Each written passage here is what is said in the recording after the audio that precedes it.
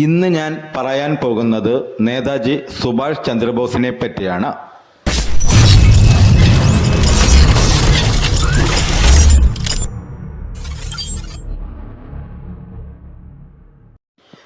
ഒറീസയിലെ കട്ടക്കിൽ ജനിച്ച സുഭാഷ് ചന്ദ്രബോസിനെ ഇന്ത്യക്കാർ നേതാജി എന്നാണ് വിളിച്ചിരുന്നത്. സായുധ വിപ്ലവത്തിലൂടെ മാത്രമേ ഇന്ത്യക്ക് സ്വാതന്ത്ര്യം ലഭിക്കുകയുള്ളൂ എന്ന് വിശ്വസിച്ച നേതാജി, എനിക്ക് രക്തം തരൂ, പകരം നിങ്ങൾക്ക് സ്വാതന്ത്ര്യം തരാം എന്ന ആഹ്വാനത്തിലൂടെ യുവാക്കളെ സ്വാതന്ത്ര്യ സമരത്തിൽ പങ്കെടുക്കുവാൻ പ്രേരിപ്പിച്ചു. പലതവണ ജയിൽ ശിക്ഷ അനുഭവിച്ച ഇദ്ദേഹം റാഷ് ബിഹാരി ബോസിൽ നിന്നും ഇന്ത്യൻ നാഷണൽ ആർമിയുടെ നേതൃത്വം ഏറ്റെടുത്തു. സുഭാഷ് ചന്ദ്രബോസ് വനിതാ സേനാ വിഭാഗമായ റാണി ഓഫ് ഝാൻസി രൂപവൽക്കരിച്ചു. 1945 INA ആക്രമണം ഇന്ത്യക്ക് സ്വാതന്ത്ര്യം നൽകാൻ ബ്രിട്ടീഷുകാരെ പ്രേരിപ്പിച്ചു. ജയ് ഹിന്ദ് എന്ന അഭിവാദ്യവാക്യം നമുക്ക് സമർപ്പിച്ച സുഭാഷ് ചന്ദ്രബോസ്, അദ്ദേഹത്തിൻ്റെ ജീവചരിത്രത്തിലേക്ക് നമുക്കൊന്ന് പോകാം. 1897 ജനുവരി 23 ഒറീസയിലെ കട്ടക്കിലാണ് സുഭാഷ് ചന്ദ്രബോസ് ജനിച്ചത്. അദ്ദേഹത്തിൻ്റെ പിതാവ് ജാനകിനാഥ് ബോസ് ഒരു പ്രശസ്ത അഭിഭാഷകനും അമ്മ പ്രഭാവതി ദേവി ഭക്തിയും മതവിശ്വാസവുമായി നടന്നിരുന്ന ഒരു സാധാരണ സ്ത്രീയായിരുന്നു. 14 മക്കളിൽ 9ാമത്തെ കുട്ടിയും 6ാമത്തെ മകനുമായിരുന്നു സുഭാഷ് ചന്ദ്രബോസ്. കുട്ടിക്കാലം മുതൽ തന്നെ മിടുക്കനായ വിദ്യാർത്ഥിയായിരുന്നു സുഭാഷ് ചന്ദ്രബോസ്. കൽക്കട്ട പ്രവിശ്യയിലെ മെട്രിക്കുലേഷൻ പരീക്ഷയിൽ 1ാമതെത്തിയ അദ്ദേഹം കൽക്കട്ടയിലെ സ്കോട്ടിഷ് ചർച്ച് കോളേജിൽ നിന്നും ഫിലോസഫിയിൽ 1ാം ക്ലാസ്സോടെ ബിരുദം നേടി. ചെറുപ്പത്തിലെ സ്വാമി വിവേകാനന്ദൻ്റെ പാഠങ്ങളാൽ ശക്തമായി സ്വാധീനിക്കപ്പെട്ട അദ്ദേഹം വിദ്യാർത്ഥിയായിരിക്കുമ്പോൾ തന്നെ ദേശസ്നേഹത്തിൻ്റെ ചൂടും വീറും ഉൾക്കൊണ്ടു. തൻ്റെ പ്രവർത്തനങ്ങളിലൂടെ കൊച്ചു നേതാജി എന്ന് അക്കാലത്ത് അറിയപ്പെടുകയും ചെയ്തു. പിതാവിൻ്റെ നിർബന്ധത്തിന് വഴങ്ങി ഇന്ത്യൻ സിവിൽ സർവീസസ് പരീക്ഷ തയ്യാറെടുക്കുവാനും എഴുതുവാനും ഇംഗ്ലണ്ടിലേക്ക് പോകാൻ സുഭാഷ് ചന്ദ്രബോസ് സമ്മതിച്ചു. മാതാപിതാക്കളുടെ ആഗ്രഹം നിറവേറ്റുന്നതിനായി മാത്രം അദ്ദേഹം 1919 ഇന്ത്യൻ സിവിൽ സർവീസ് മത്സരത്തിനായി ഇംഗ്ലണ്ടിലേക്ക് പോയി. ഇംഗ്ലണ്ടിൽ 1920 ഇന്ത്യൻ സിവിൽ സർവീസ് മത്സര പരീക്ഷ എഴുതിയ അദ്ദേഹം മെറിറ്റിൻ്റെ അടിസ്ഥാനത്തിൽ 4ാമതായി.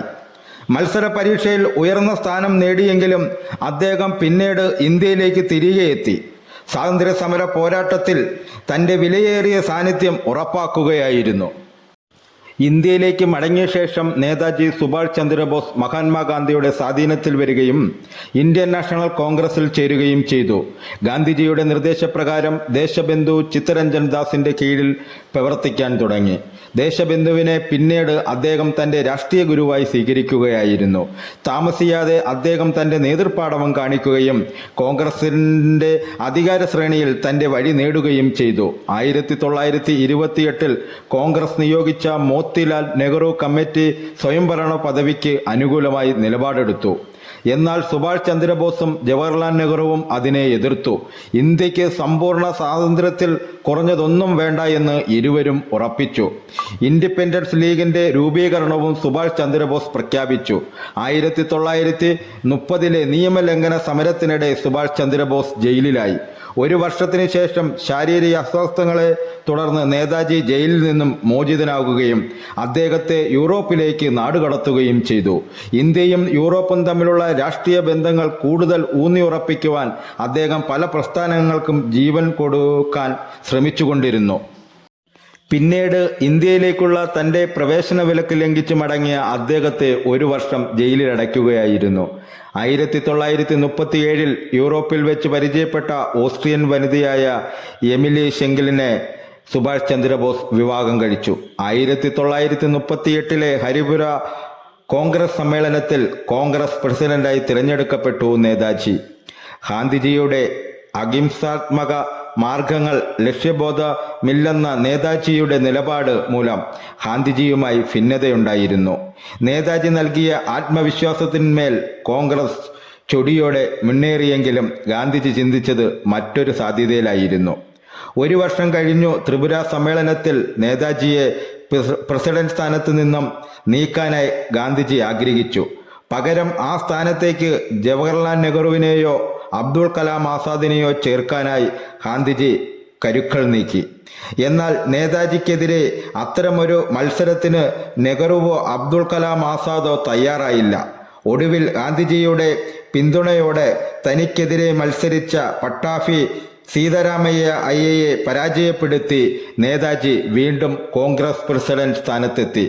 പ്രസിഡന്റ് സ്ഥാനത്ത് എത്തിയെങ്കിലും നെഹ്റുവിനെയും ഗാന്ധിജിയുടെയും ആദർശങ്ങളോട് യോജിക്കുവാൻ കഴിയാതിരുന്ന നേതാജി പിന്നീട് രാജിവെച്ച് ഒഴിയുകയായിരുന്നു. രണ്ടാം ലോക മഹായുദ്ധത്തിൽ ഇന്ത്യയെ ഇന്ത്യക്കാർക്ക് തിരിച്ചു നൽകാൻ ബ്രിട്ടീഷ് സർക്കാരിന് 6 മാസം കാലാവധി നൽകുന്ന പ്രമേയത്തിന് നേതൃത്വം വഹിച്ച നേതാജിയോട് കടുത്ത വിദ്വേഷമുയർന്നു. അത്തരം കൈമാറ്റം നടന്നില്ലെങ്കിൽ അത് വലിയ കലാപത്തിന് വഴിയൊരുക്കുമായിരുന്നു. അദ്ദേഹത്തിൻ്റെ നിലപാട് കർക്കശമാണ് എന്ന രീതിയിൽ പരക്കെ പ്രചാരണം ഉണ്ടായി. ഫോർവേഡ് ബ്ലോക്ക് എന്ന പേരിൽ അദ്ദേഹം ഒരു പുരോഗമന ഗ്രൂപ്പ് ആരംഭിച്ചു. ലോകയുദ്ധത്തിൻ്റെ ആവശ്യങ്ങൾക്ക് വേണ്ടി ഇന്ത്യൻ വിഭവങ്ങളെയും മനുഷ്യരെയും ഉപയോഗിക്കുന്നതിനെതിരെ അദ്ദേഹം ശക്തമായി പ്രതികരിച്ചു.